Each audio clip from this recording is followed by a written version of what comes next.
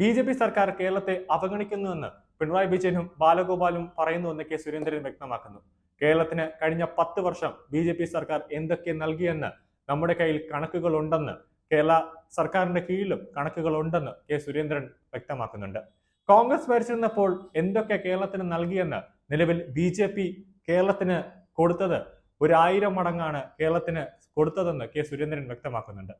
അതേസമയം കർണാടകയിലെ കോൺഗ്രസ് സർക്കാർ കേരളത്തിലെ ജനങ്ങളെ അങ്ങേയറ്റം ദ്രോഹിക്കുകയാണെന്ന് സുരേന്ദ്രൻ പരാമർശിക്കുന്നുണ്ട്. അർജുനെ കാണാതായ സംഭവത്തിൽ ഒരു ഏകോപന ചുമതലയും കർണാടക സർക്കാരിന്റെ ഭാഗത്തു നിന്ന് ഉണ്ടായില്ല എന്നാണ് സുരേന്ദ്രൻ പറയുന്നത്. സംഭവം നടന്ന സമയത്ത് ഒരു പ്രാവശ്യമാണ് സിദ്ധരാമയ്യ സർക്കാർ വന്നത്. അത് മാത്രമല്ല, ഇതിന്റെ ഏകോപന ചുമതല ഏറ്റെടുക്കാൻ ഒരു മന്ത്രിയോ അല്ലെങ്കിൽ ഒരു IAS ഉദ്യോഗസ്ഥനോ ഒരു IPS ഉദ്യോഗസ്ഥനോ തയ്യാറായില്ല എന്നതും സുരേന്ദ്രൻ വ്യക്തമാക്കുന്നുണ്ട്. കേരളത്തിന് എന്താണ് ദോഷം ഉണ്ടായിരിക്കുന്നത്? ഇത് ഈ കഴിഞ്ഞ 10 വർഷത്തെ NDA സർക്കാർ കേരളത്തിന് ആകെ നൽകിയ വിഹിതത്തെ കുറിച്ചെല്ലാം വ്യക്തമായിട്ടുള്ള കണക്ക് ഞങ്ങളുടെ കയ്യിലുണ്ട്. ഇത് ഒരു ദിവസത്തെ പത്രത്തിലോ ചാനലിലോ വന്നാൽ എല്ലാമായി മലയാളികൾ എല്ലാവരും വിഡ്ഢികളാണെന്ന് നിങ്ങൾ വിചാരിക്കേണ്ട. കേരളത്തിൽ കഴിഞ്ഞ 10 വർഷം UPയുടെ 10 വർഷം നിങ്ങൾ എന്ത് കൊടുത്തു?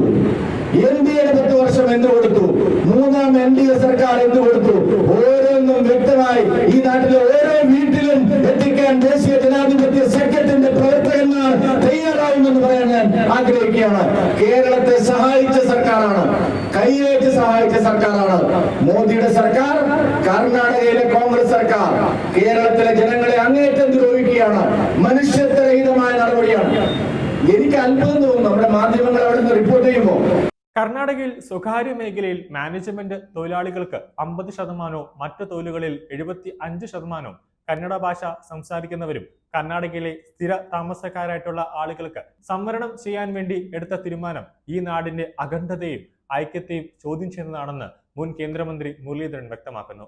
ഈ രാജ്യം എവിടെയും തൊഴിലെടുത്ത് ജീവിക്കാനുള്ള അവകാശം ഇന്ത്യൻ ഭരണഘടനയിൽ പരാമർശിക്കുന്നുണ്ട്. 2021 ആന്ധ്ര സർക്കാർ ഒരു തീരുമാനം കൊണ്ടുവന്നിരുന്നു. അത് ആന്ധ്ര ഹൈക്കോടതി റദ്ദു ചെയ്തിരുന്നു. 2023 പഞ്ചാബ് സർക്കാർ ഇതുപോലെ അവിടെ സംവരണം ഏർപ്പെടുത്തിയപ്പോൾ അവിടെ പഞ്ചാബ് ഹൈക്കോടതി ഇടപെട്ട് അത് റദ്ദു ചെയ്യുന്ന അവസ്ഥയിലേക്ക് ഉണ്ടായി.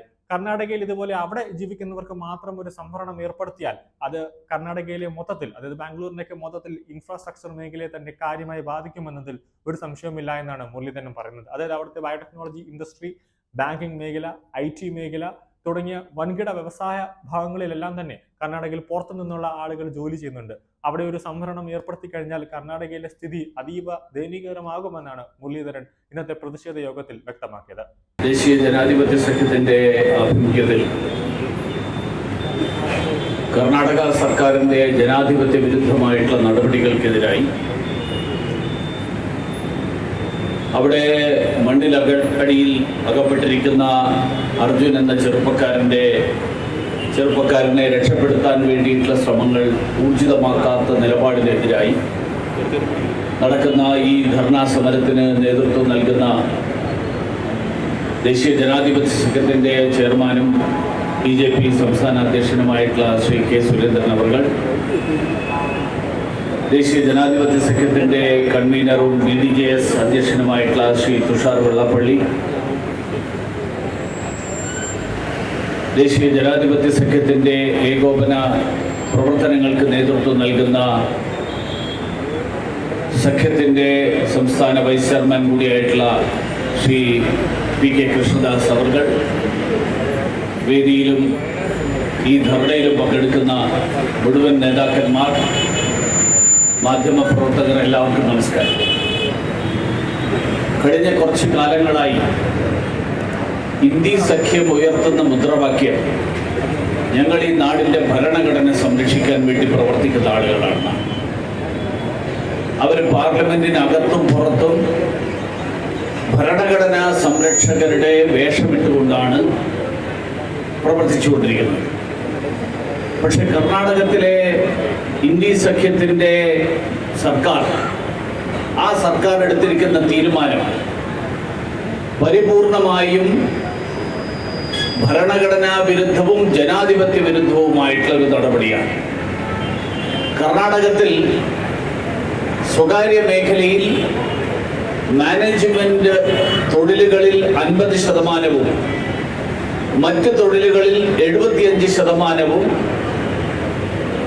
കന്നഡ ഭാഷ സംസാരിക്കുന്നവരും കർണാടകത്തിലെ സ്ഥിരതാമസക്കാരുമായിട്ടുള്ള ആളുകൾക്ക് സംവരണം ചെയ്യാൻ വേണ്ടി എടുത്ത തീരുമാനം അത് ഈ നാടിൻ്റെ അഖണ്ഡതയെയും ഐക്യത്തെയും ചോദ്യം ചെയ്യുന്നതാണ്.